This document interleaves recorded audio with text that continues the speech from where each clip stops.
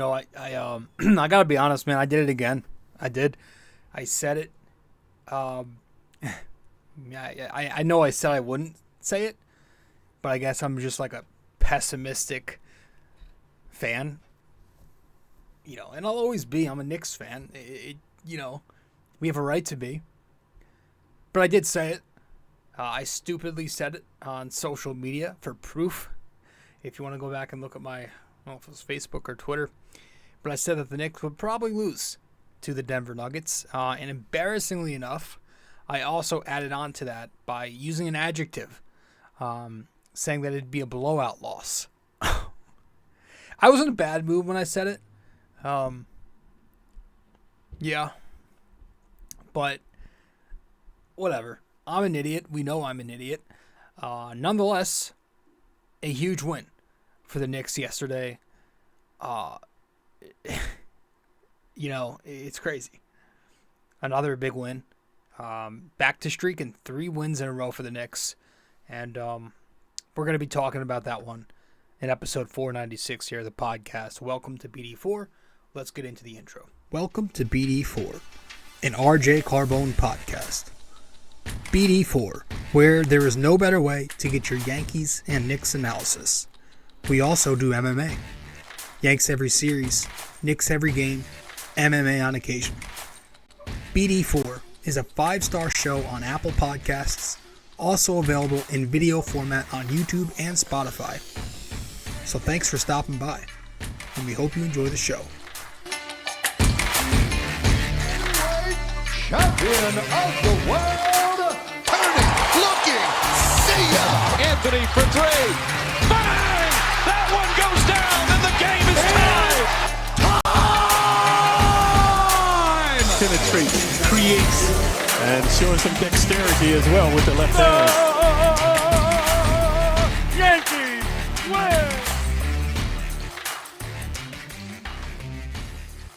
win! All right. What's going on? Welcome to the show. Welcome back to BD4, episode 496 of the podcast. I'm your host, RJ, and we're diving right in. So the Knicks got off to a hot start in this game.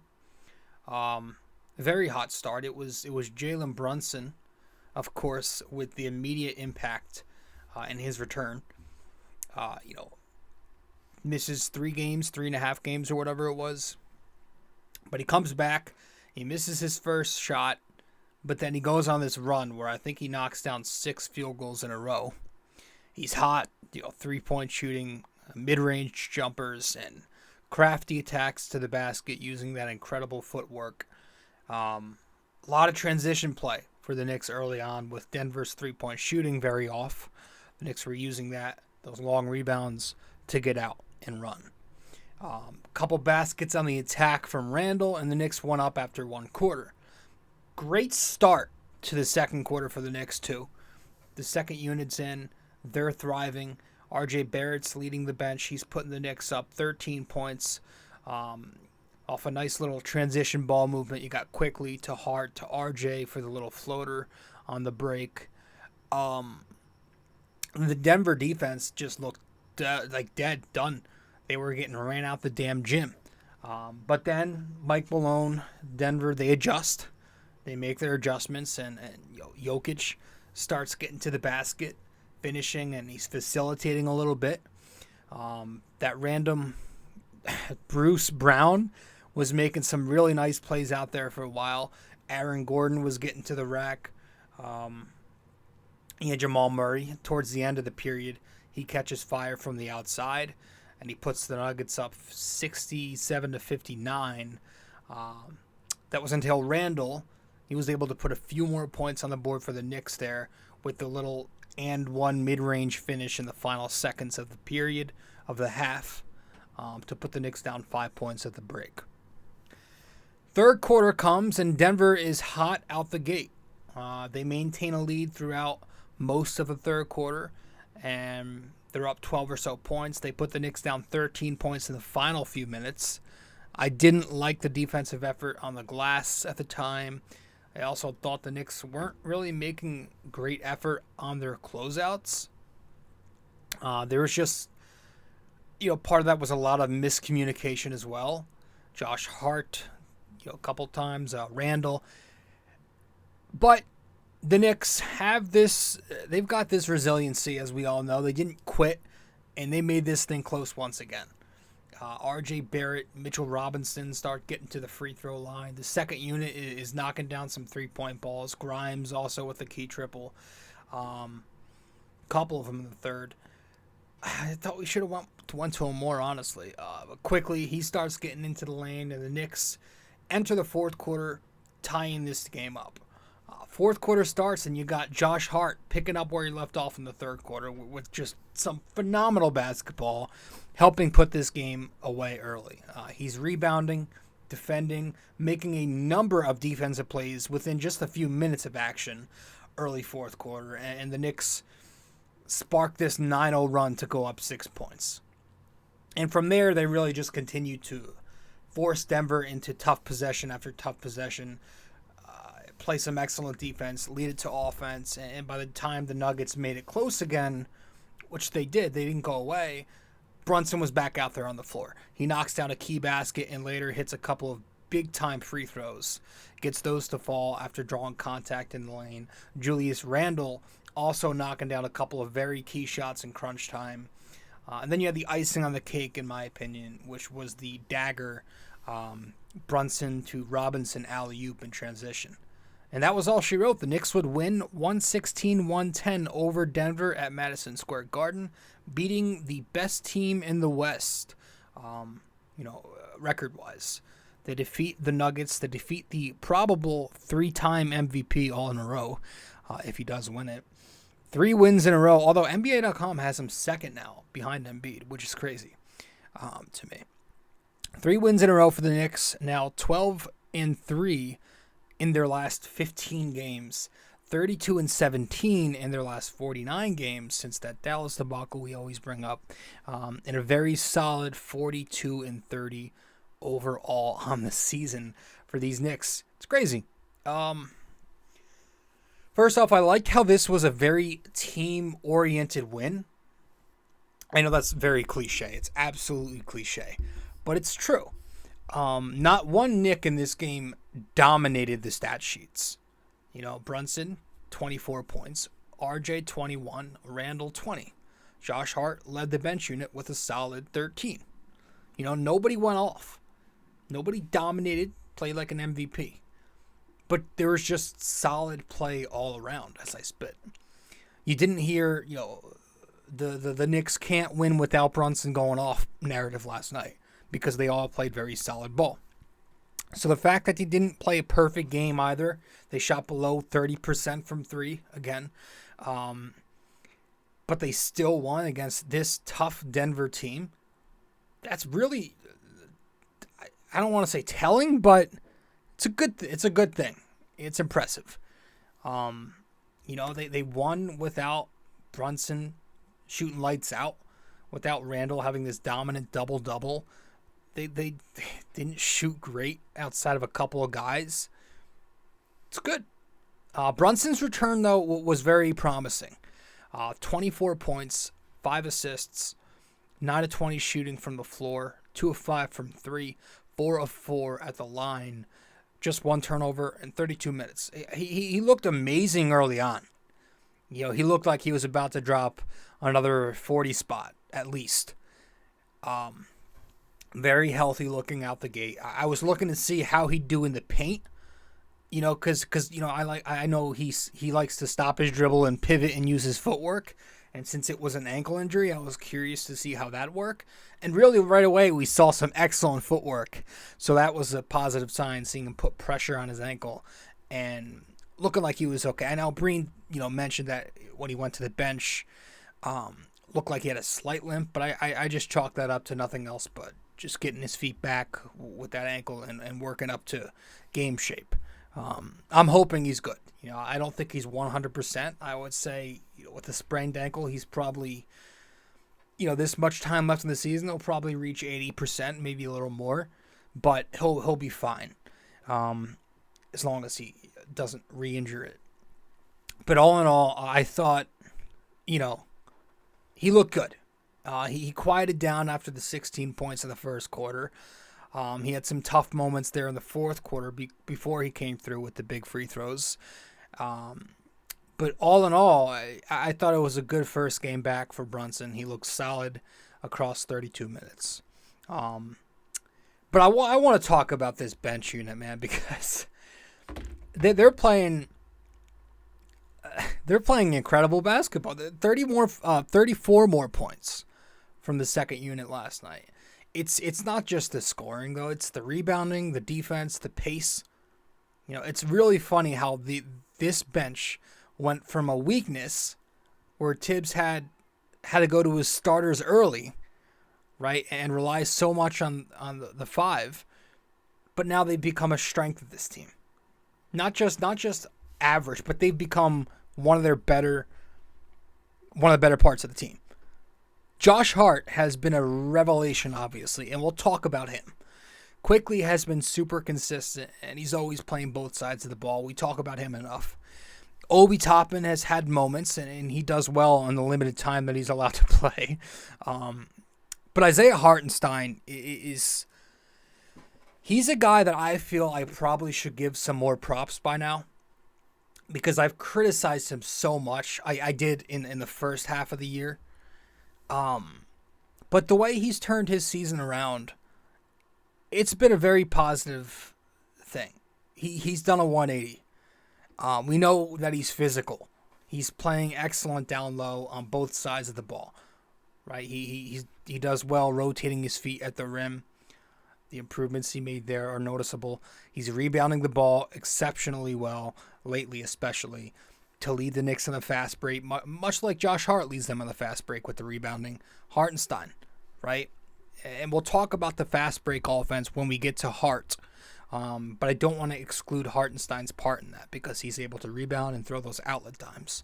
But the biggest differences to me lately when it comes to Isaiah Hartenstein have been two things. One, I'm noticing, and this is credit to some people I see on Twitter. I follow a couple of guys who break down the X's and O's and film breakdown, and the difference in the way he's defending the pick and roll.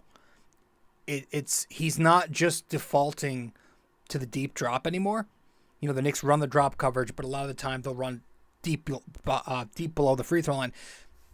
Hartenstein's been way more aggressive, and he's playing more up near the level on those ball screens. He's hedging more. He's showing and recovering. We saw him blitzing on Lillard the other night. Last night we saw him play up on the ball more. So I've been noticing that. He's playing way more aggressive in the pick and roll, and it's really helping the Knicks seal off the driving lanes and also contest the three-point line, obviously. But he's been getting featured on the other end in half-court offense, too. Thibodeau is using him as a weapon in the short roll. A couple of times last night we saw that. Early second quarter, RJ Barrett hits him in the short roll. The defense collapses. He kicks to Josh Hart on the perimeter, who then swings to Obi in the corner. Early fourth quarter, you had Hartenstein run pick and roll with Quickly. Again, he stops in the short roll. The defense sends two, and he makes the read on a cutting Josh Hart from the short corner. Another basket.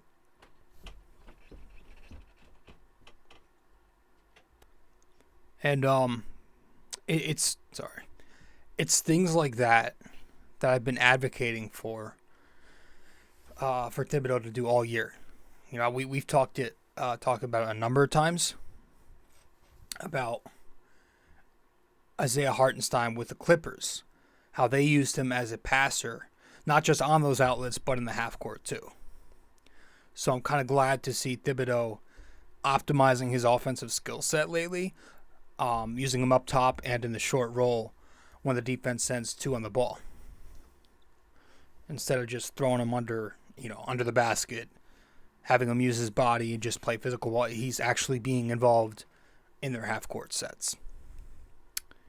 But you can only ignore Josh Hart for so long. So I want to discuss his contributions. Let's get to him, because he is the one to pick up the game ball off the bench last night. Bing bang. There's nothing else left to say about him. I mean, I say it all the time. Josh Hart's been amazing. Last night for Josh Hart, 13 points, 5 assists, 8 rebounds, 3 steals, 4 of 5 shooting from the floor, 1 of 2 with a 3, 4 of 4 on the line. Again, what else can I say? Last night, just, it's repetitive, but again, playing incredible defense, going for rebounds, and it continues to get the Knicks out running more. Grabbing a board, running the break with his head up, finding Obi on the left wing in the second quarter. Just a number of times he does it every night, and he was the one to grab the 2 big rebounds at the end of the game to seal the deal for the Knicks. He had the one which led to the Mitchell Robinson lob from Brunson, and then he had the one after that which led to Mike Malone kind of conceding and choosing not to foul in the final seconds. But the steals, too, and each of them, all 3 of them, came within maybe 5-6 minutes from the end of the third to early fourth quarter there. Just chasing down defenders off screens, making great reads, deflecting and jumping the pass lanes. The late third quarter, the game was tied, and Josh Hart tips one of Jokic's passes away, leads a 3-on-2 fast break with Grimes and Randle. With 9 minutes left in the fourth quarter, he gets over the screen from Jeff Green, chases down Gordon at the basket, picks his pocket, and leads the break with the bench unit. And then I think a few minutes earlier, before that, was the one when he picked off Bruce Brown, coming up on the perimeter, jumps the pass lane, and he finished himself at the basket. And I love how he's got this unstoppable move now, where he's doing the same thing over and over, but it's working. When he's running the break, he'll dribble with his left to kind of set up the Euro finish with his right hand. Right, he'll cross it over. He does that constantly, and it's hard to defend. If he's not finishing, he's drawing contact on that. But yeah, the fast break offense is something the Knicks have really improved on since he's come here. And without Josh Hart in the Knicks' first 57 games, they ranked 27th in fast break points per game. But with Josh Hart in his 15 games now, they rank 10th in fast break points per game. And that is going to be key for this Knicks team. That right there. And again, like I said, other guys are helping out there too, right? Obi Toppin. He's always out there running league outs. Hartenstein with his rebounding, his outlet passing. Quickly too. But to me, Josh Hart has been the revelation on that second unit. I don't think it's crazy to call this kid the Knicks' most valuable player behind Brunson. I think it's fair to say that.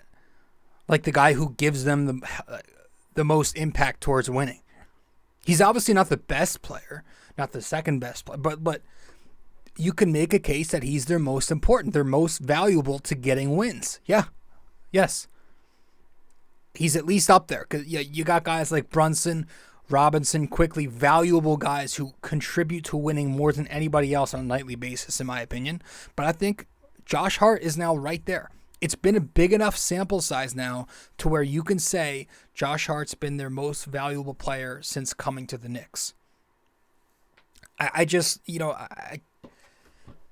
think about these wins. Like in these last 15 games, that's every game with Josh Hart as a Knick. The second unit has been incredible overall, and we're going to get into some numbers right now. They're probably not up there in points per game even since he's come here because of two things. One, Quickly's had to play starting point guard a few times during that span. And two, they run a short rotation, right? They run one man short. Most teams are running 10 deep. The Knicks, obviously, with Thibodeau, are running 9. So you're not going to get the scoring output. Sometimes he basically runs 8, right, with the way Obi gets his minutes. But what they are good at is being top 10 in a whole lot of categories during the Josh Hart era. So since he's come here, the Knicks' second unit is first in field goal percentage, 9th in three-point percentage, 10th in assists per game, 1st in rebounds, 7th in steals, 7th in blocks, and 5th in defense. So he's been a catalyst. And I'm looking at him, again, as being just as valuable, maybe a little less valuable, as Brunson. Him and Brunson have been the two catalysts, in my opinion, to the Knicks' major success over the last month.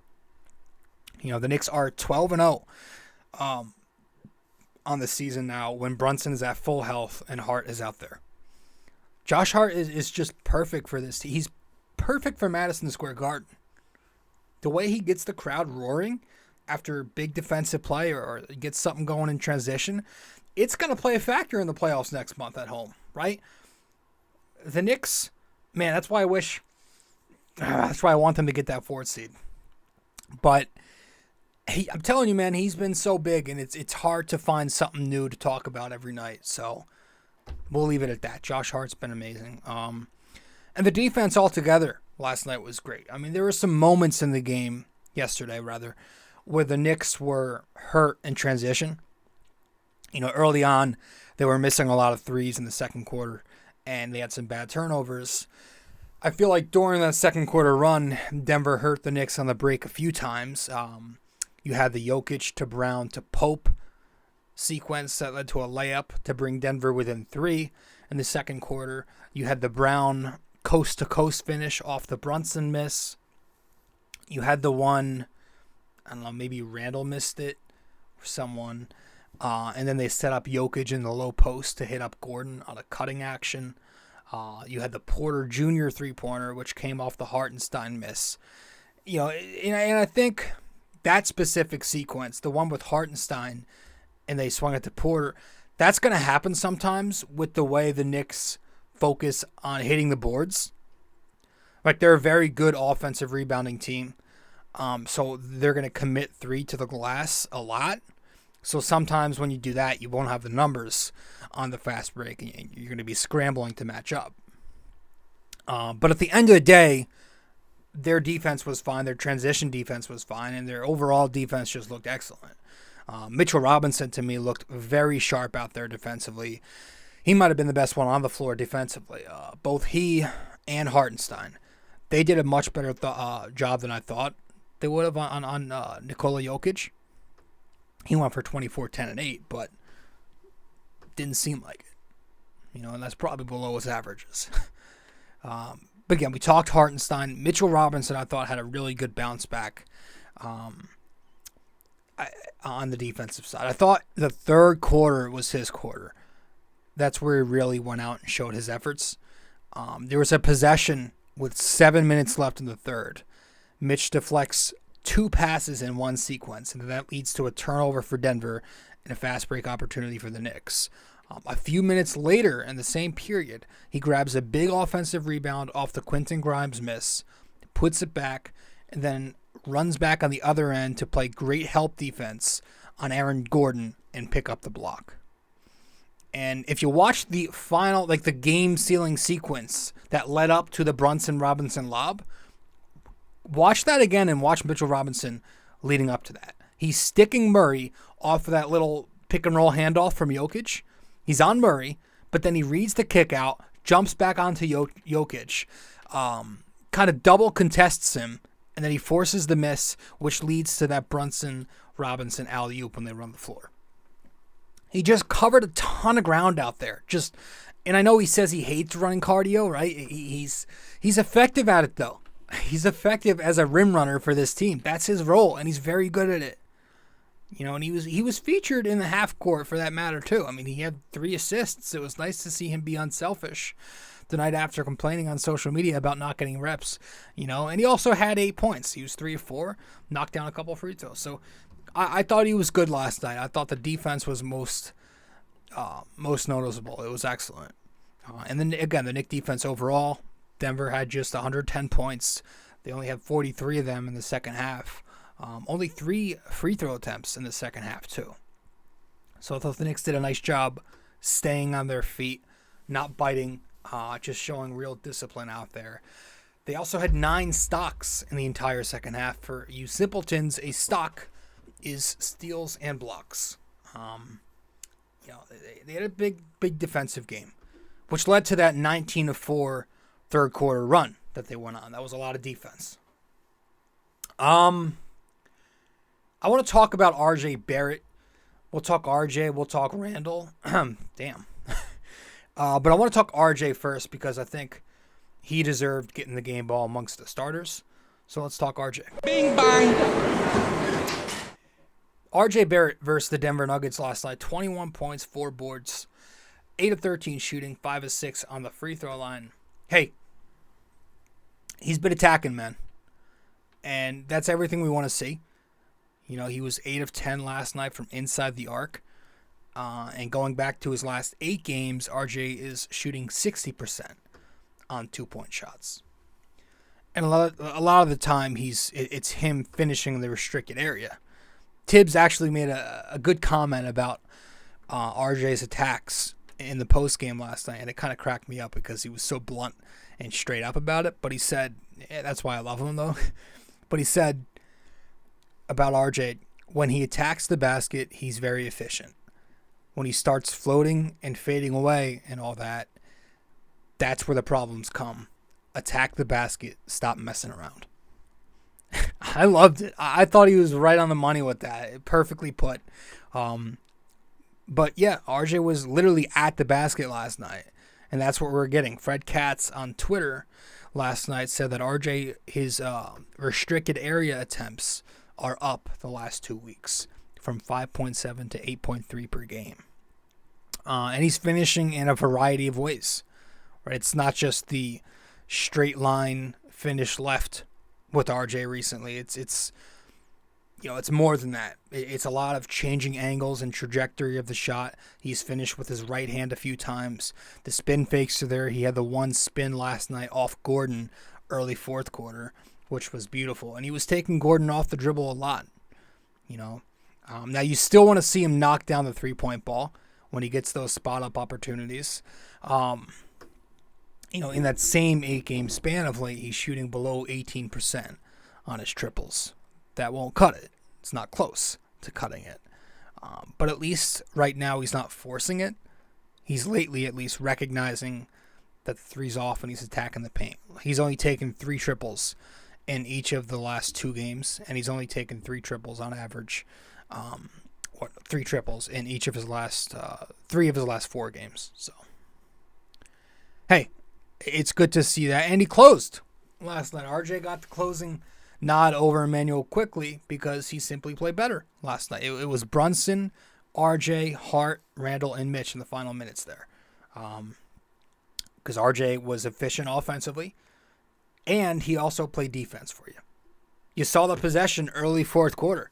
I am certain that Thibodeau saw that. Definitely had to catch his attention because he had Denver running double screens. RJ's fighting over both of them, chases down Gordon into the lane, and he forces a miss. I don't know if he blocked it or not, but he forced the miss, and that led to a fast break basket in the half court. But yeah, last night was all about RJ Barrett continuing to play efficient basketball at the rim. We've spoken about it before, about how RJ Barrett's usage, when it's lower and when his volume of shots is lower, that he's way more efficient. So I dug into it again, and a little update on those numbers. He's taken 18 or more shots in 28 games and has shot above 40% in a dozen of those. He's taken less than 18 shots in 36 games and has shot above 40% in 25 of those. So to make it easier for you, I did the percentages. When he takes more shots, he shoots well just 57% of the time.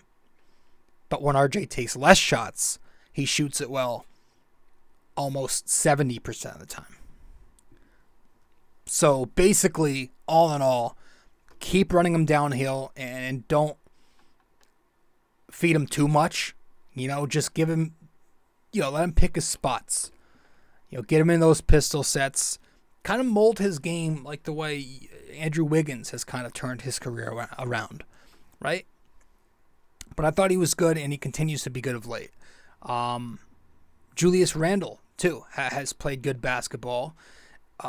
He did last night, at least. Nothing great, but well.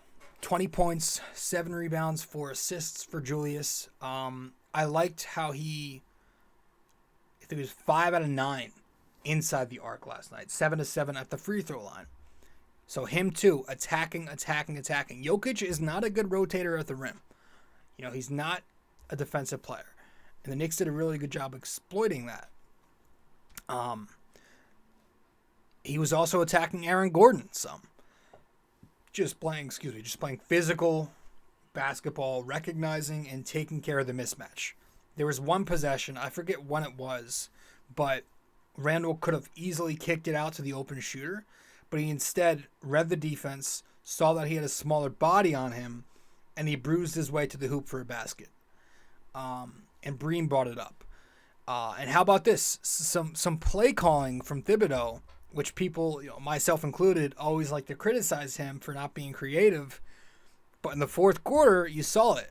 For one of Randle's big crunch time buckets, Thibodeau runs like a brush screen action with Brunson to force the switch and get a mismatched Jamal Murray on Randle in the low post. And it worked. And it was funny because Denver probably recognized that.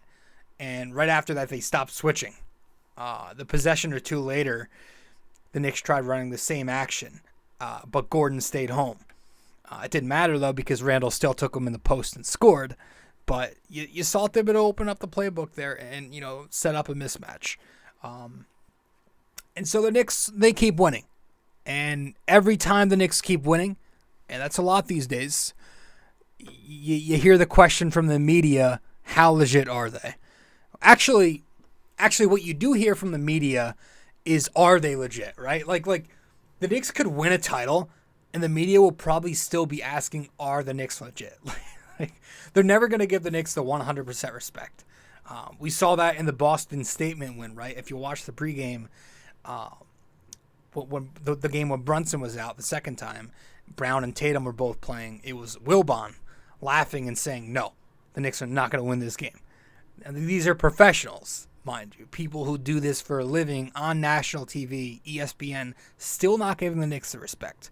But we, as Knicks fans, know they are legit. So it's not, are they legit to us? But it's rather, how legit are they, right? It's legit, but to what degree? And that's the real question going forward. Because they've beaten Boston 3 times out of 4. 3 in a row.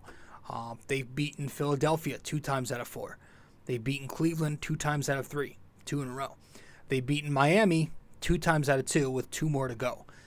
And for that matter, if you go out west, the Knicks have beaten Sacramento 1 of twice. Beaten Phoenix 1 of 2 times. And now they've taken down Denver 2 times out of 2.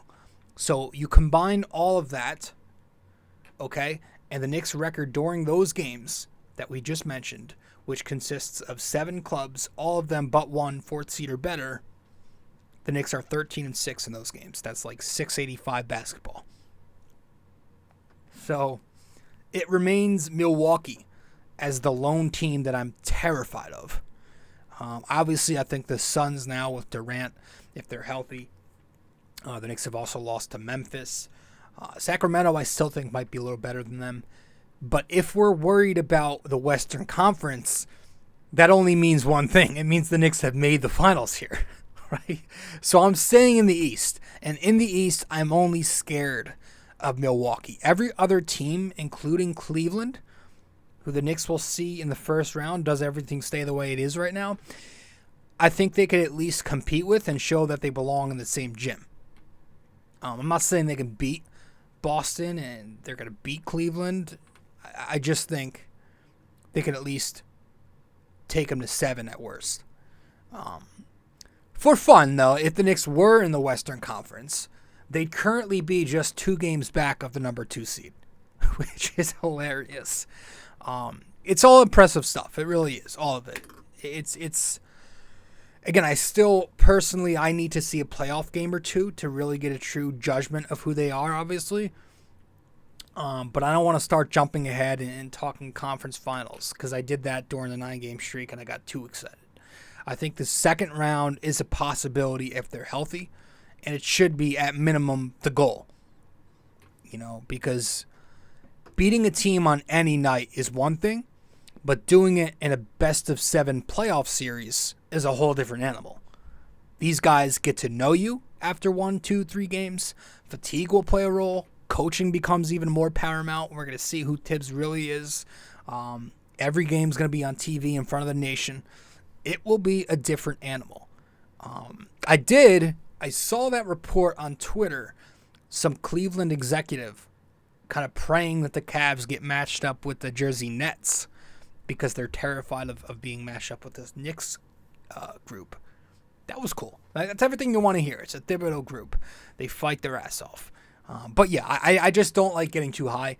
Again, I did get a little excited during the 9-game streak, and we're streaking again right now. But I still have questions about things, the defensive consistency and sustainability. And as far as the offense goes, we talk about this all the time, right? How the Knicks don't excel in any of those modern areas. They're 22nd in 3-point percentage. They're 22nd in free throw percentage. 30th in assists per game. 4th in isolation frequency. 27th in pace. Right? Like, they play slow. They crash the paint. They ISO. It's very 90s type. Which is good, but you do need... It concerns me a little bit. I do think that with Brunson back, the Knicks will be able to run quality offense. Like, the ceiling is there for them to keep doing what they've been doing offensively. There's just the concern about all the other guys when defenses start trapping and blitzing Brunson up top in the playoffs. When they force him off the basketball, how do the Knicks react? Right? And with Josh Hart, I think he has definitely helped the Knicks become more modernized and push the tempo and get them out running. We mentioned that. But again, they're still technically the same team as far as pace goes with him. Possessions per game or 100, whatever it is. Because they shoot it late in the shot clock when they're in the half court. So I don't know.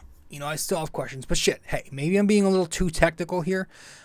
Maybe we just got to let this shit play out. Let these guys ball out and play to their strengths. But, we'll see. I will say that the Knicks, as far as the now goes, not worrying about the playoffs yet, they have an outside shot for the 4th seed and 50 wins for that matter. I don't think either will happen, but if I were to pick one, I think they could grab 50 wins. Because there are only 10 games left, and they're 2.5 games out of Cleveland for the 4th seed. So I don't know about that. But to win 50 games, they've got to go 8-2 to close out the regular season. And the good thing is, I believe that only three of the teams they've got to close out the year are 500 or better. Miami twice, and the Cavs. So 2 teams, 3 games. Miami twice and the Cavs once. Outside of those guys, it's Minnesota, it's Houston, Orlando, Indiana a couple times, Washington, and maybe New Orleans. So they can do it. They've remember all those tough stretches that we were bringing up? This is going to be a tough span for them. This will be a tough stretch. That's all gone. The Knicks are done. They've gone through all those tough parts of the schedule, and they've come out of it pretty good. I feel like they've usually come out of those at worst 500. So that's all gone. The stress is gone as far as the remainder of the regular season.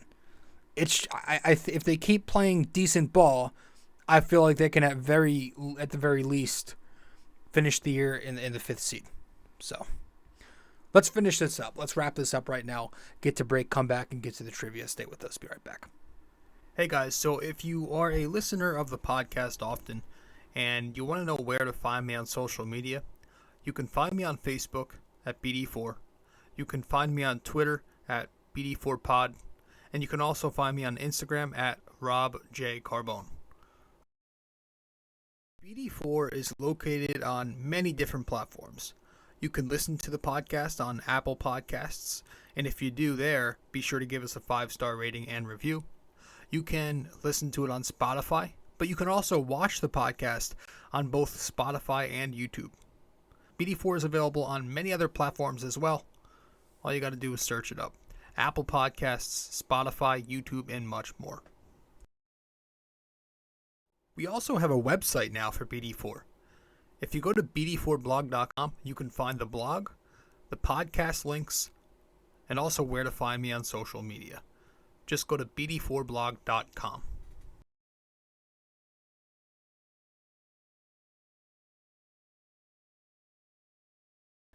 All right, so let's wrap this episode up with our question of the day, because my laptop's about to crash once again.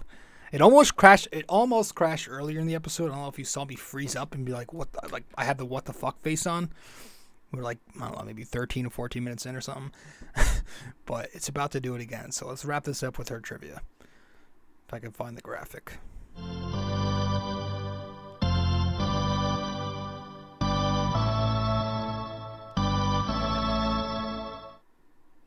All right, so for this episode 496, our trivia question of the day: what year was it the last time the Knicks defeated the Nuggets for a third straight time?